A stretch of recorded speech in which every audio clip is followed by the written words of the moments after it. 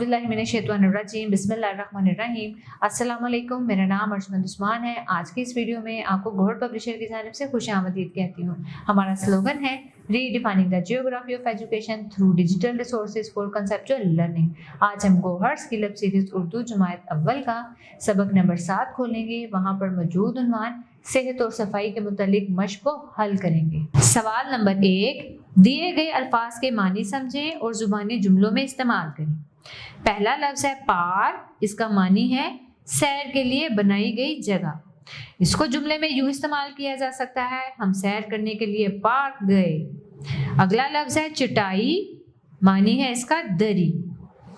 कूड़ादान, कूड़ा रखने का डब्बा। माहौल, इर्द गिर्द। आओ समझें। सवाल नंबर 2, सबक के मुताबिक दुरुस्त जवाब पर दायरा लगाएं। बच्चे पार्क गए, दुरुस्त है। ईद के तीसरे दिन, इसको दायरा लगाएंगे।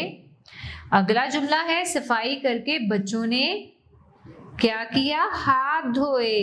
इसको दायरा लगाएंगे, हाथ धोए।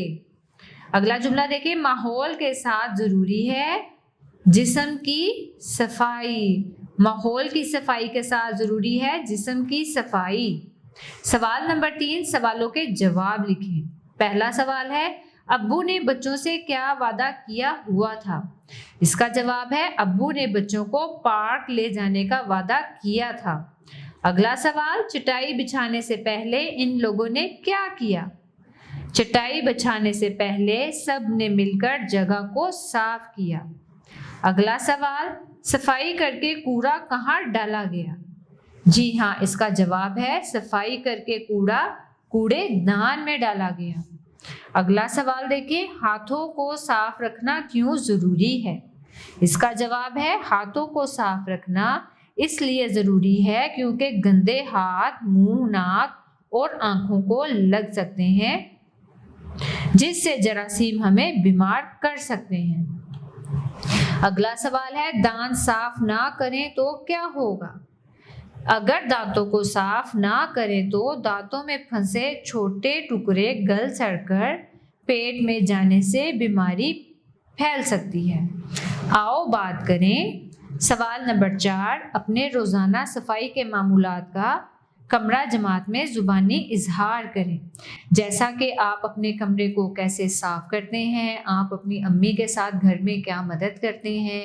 अगर घर में परिंदे रखे हैं तो उनके डरबे को, उनके पिंजरों को साफ करने में अपनी अम्मी की मदद करते हैं। आप अपनी जमात में मौजूद साथियों को बता सकते हैं। सवाल नंबर 5, तस्वीर के बारे में उस्ताद साहब से सुने और बताएं। आपको क्या अच्छा लगा, क्या अच्छा नहीं लगा। अपनी पसंद और नापसंद की वजह बताएं।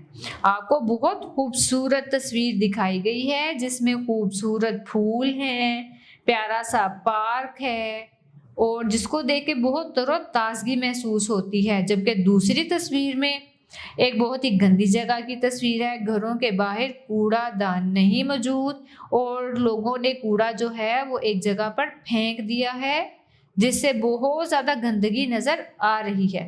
इसको आप यूं भी लिख सकते हैं, पहली तस्वीर को देखकर बाग की तस्वीर मुझे बहुत अच्छी लगी क्योंकि इसमें फूलों की क्यारियों को बड़े करीने से सजाया गया है। दूसरी तरफ कूड़ेदान की तस्वीर है, इसलिए अच्छी नहीं लगी क्योंकि कूड़े को कूड़ेदान में नहीं डाला गया। इस तरह माहौल आलूदा हो सकता है और बीमारियां फैल सकती हैं। प्यारे बच्चों, मुझे उम्मीद है आपको आज का हमारा वीडियो लेक्चर बहुत पसंद आया होगा। अब मिलते हैं नए वीडियो लेक्चर में, तब तक के लिए अल्लाह हाफिज।